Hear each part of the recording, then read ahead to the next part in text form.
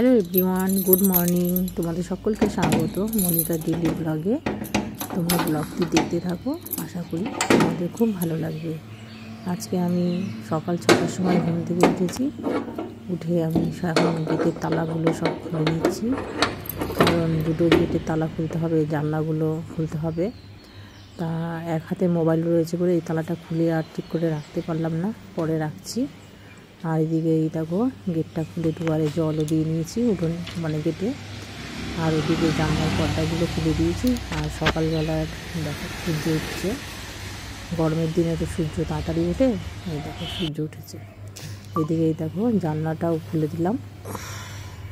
এখন দাঁতটা আগে ব্রাশ করে তারপর সমস্ত বাসি কাজকর্ম করব। আর সকালবেলায় ঘুম থেকে উঠে সবার আগে আমার দাঁত ব্রাশ না করলে আমার মনে হয় দাঁতে ব্যথা করে।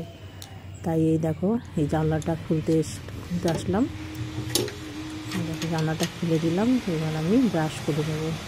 আমার ব্রাশটা করে নিলে তারপরে আমার সব ভালো লাগে, নাহলে আমার কেমন যেন লাগে। তোমরা দেখতে থাকো। আজকে আমি অনেক সকাল থেকে ভিডিও স্টার্ট করেছি, কারণ অন্যদিন অনেকটা দেরি করে উঠি, তো তাই ভিডিও করা হয় না। যেহেতু সকালে সমস্ত কাজকর্ম করে অফিসে রান্না করতে হয়, তার জন্য। আর এইদিকে দেখো সকালবেলায় সব ঘর দুয়ার ঝাড় দিয়ে নিচ্ছি। ঘর ঝাড় দিয়ে তারপরে বাইরে যাব, উঠোন ঝাড় দেবো, তারপরে সিঁড়ি মুছবো। তোমরা দেখতে থাকো।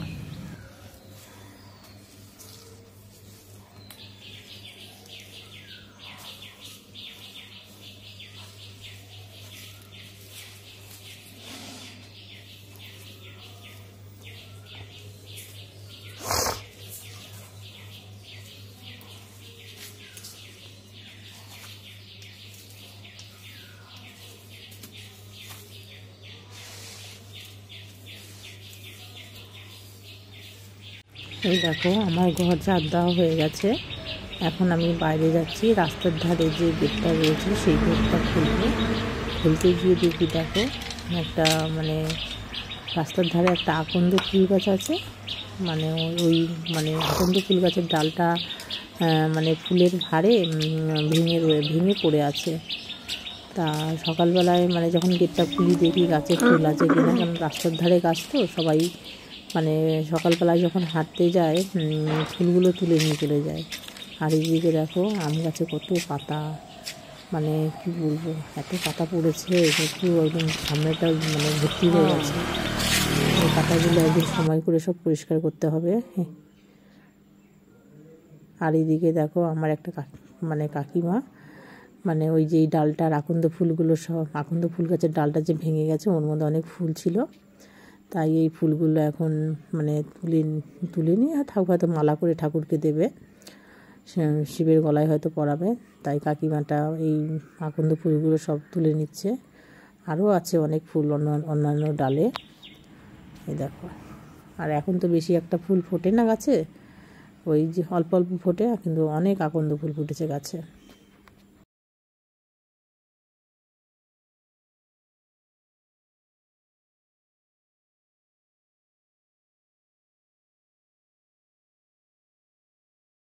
আর এইদিকে দেখো সকালবেলায় আমি উঠোন ঝাড় দিচ্ছি। এতদিন ধরে ভিডিও করছি, কোনো দিন তোমাদের উঠোন ঝাড় দেওয়া দেখায়নি। তা আজকে অনেকটা সকালে উঠেছি আর অনেকটা টাইম ছিল হাতে, তাই আজকে সকালবেলায় উঠোন ঝাড় যখন দিচ্ছি তখনও ভিডিও করে নিয়েছিলাম। এই দেখো সকালবেলায় ঝাড় দিয়ে নিচ্ছি।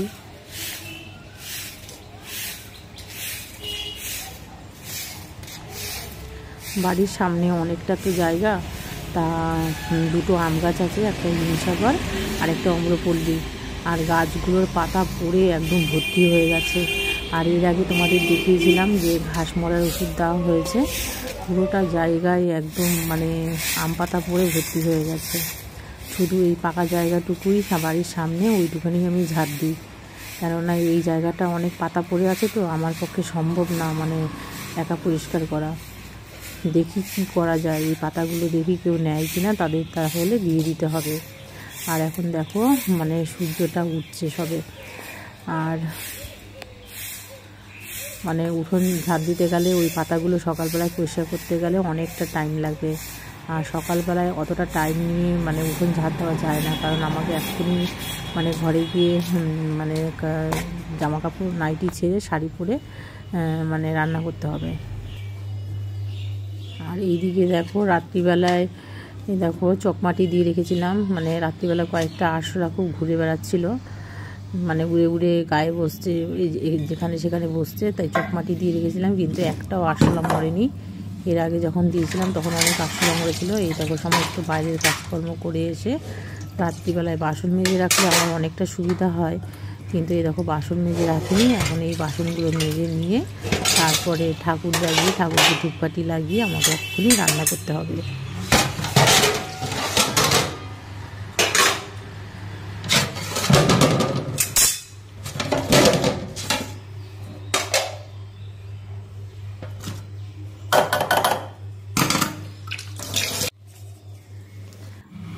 আর এইদিকে দেখো সব বাসনগুলো আমার মাজা ধোয়া হয়ে গেছে।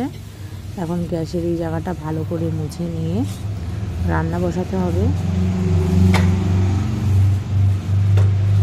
গ্যাসের এই জিগগুলো মানে রাত্রে রুটি করেছিলাম তো, তাই অনেক আটা পড়ে আছে, পরে দুপুরবেলায় রান্না করে একবারে পরিষ্কার করে নেব।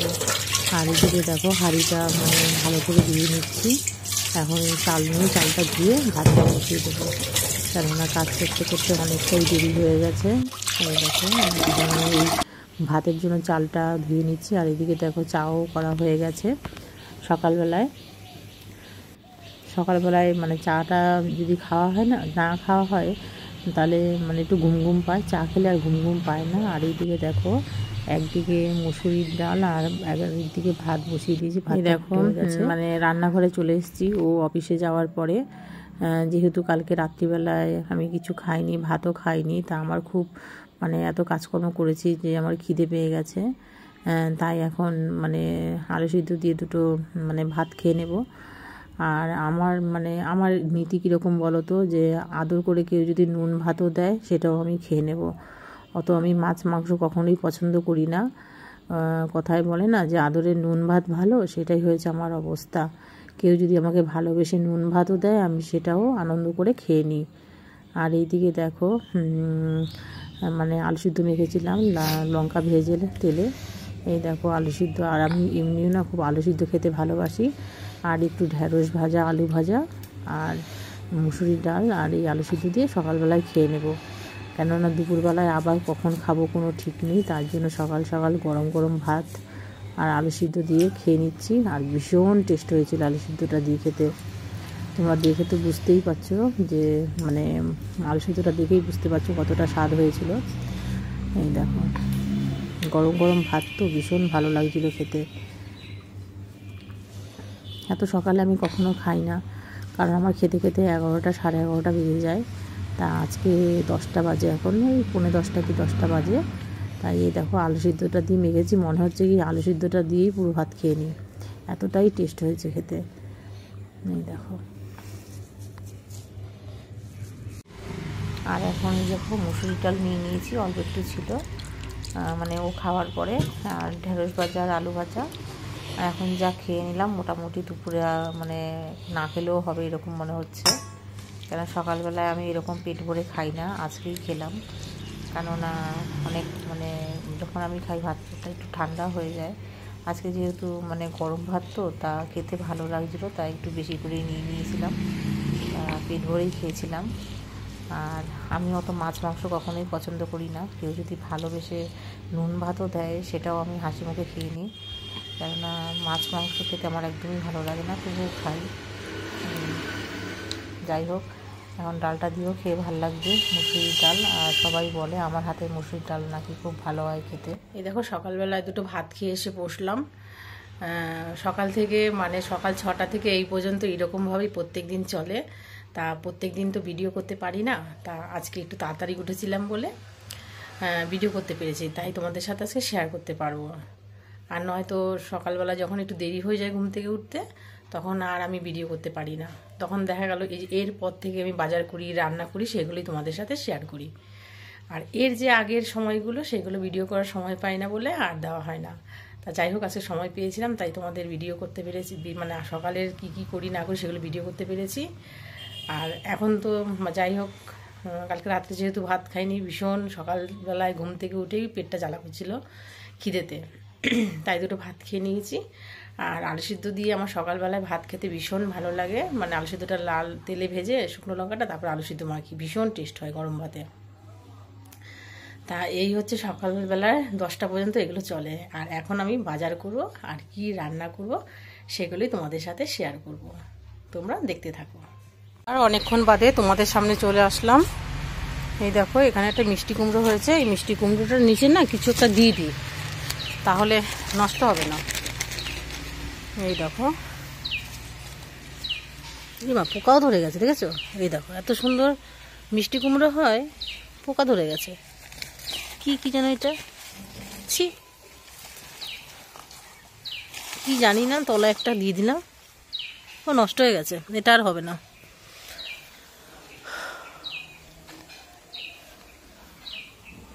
এত বড় মিষ্টি কুমড়োটা নষ্ট হয়ে গেল, আমি ভাবলাম হয়তো ভালো আছে। চলো রান্নাঘরে যাই, এখন রান্না করি। এখন কি রান্না করব দেখি।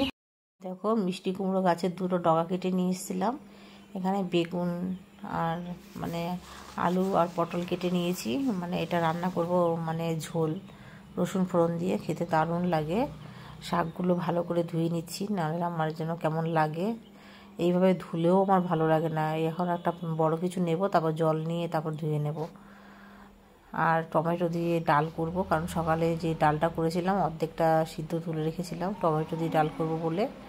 আর বেগুন ভাজা করব, এই দেখো। আর এইগুলো করলেও মানে রাতের জন্য আমাকে আবার মানে রাতে রান্না করতে হবে, মানে এইগুলো হচ্ছে কেউ খাবে না, ছেলেও খাবে না, ও খাবে না, এটা হচ্ছে আমি খাবো। আর রাত্রিবেলা আবার করতে হবে, দেখি আবার রাতে কী রান্না করি। এইভাবেই 3 বেলা আমাকে রান্না করতে হয়।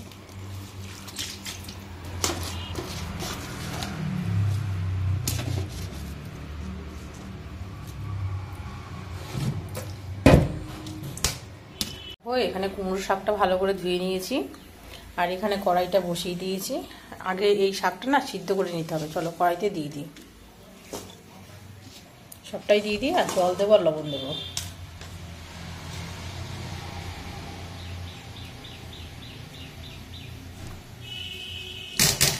লবণ না সামান্য হলুদ দিয়েছি, বেশি হলুদ দেয় না, মানে এই লাউ পাতার ঝোলে, কুমড়ো শাকের ঝোলে, এমনি অন্য রকমভাবে রান্না করলে তখন হলুদ দেওয়া যায়। এই দেখো এবার এই জলটা দিয়ে দেবো, জলটা দিয়ে এখন লঙ্কা দেবো, তারপর সিদ্ধ করে নেব। দেখো এখানে 3টে লঙ্কা নিয়েছি বড় বড়, আর যখন সম্বার দেবো তখন হচ্ছে শুকনো লঙ্কা দেবো। এই দেখো লঙ্কাগুলো সব ভেঙে দিলাম। এই দেখো এখন ঢেকে দেবো, সিদ্ধ হলে তারপর নামিয়ে নেব।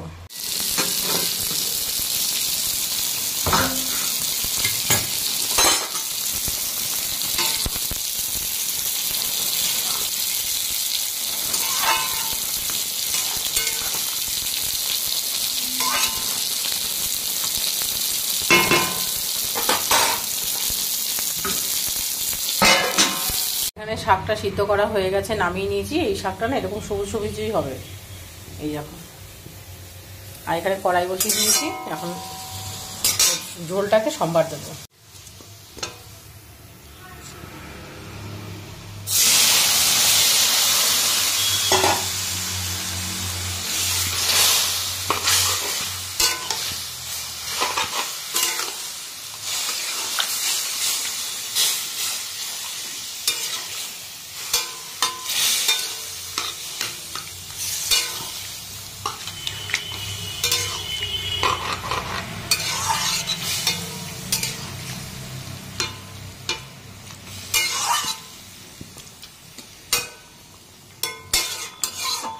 এই মানে জমিটি ঝোলটা সম্বার দিলে না এত সুন্দর গন্ধ বেরোয়, দারুণ গন্ধ বেরোয় রসুন ফোড়নের।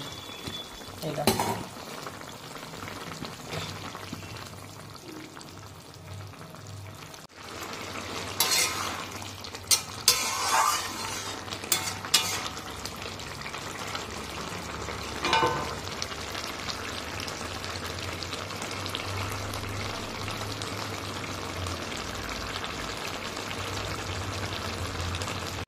এই দেখো কুমড়ো শাকের ঝোলটা রান্না করা হয়ে গেছে, নামিয়ে নিয়েছি। খেতে কিন্তু দারুণ লাগে গরম ভাতে।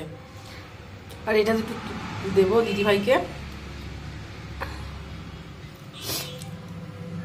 এই দেখো আমার মা দুটো লাউ নিয়ে এসছে গাছের, আর টিফিন বক্সে করে একটা শাক নিয়ে এসছে। এই শাকটা আগে খেতাম, আমাদের এই বাড়িতে কেউ এই শাকটা খায় না, ভীষণ ভালো খেতে। আগে অনেক আমাদের বাপের বাড়িতে খেয়েছি।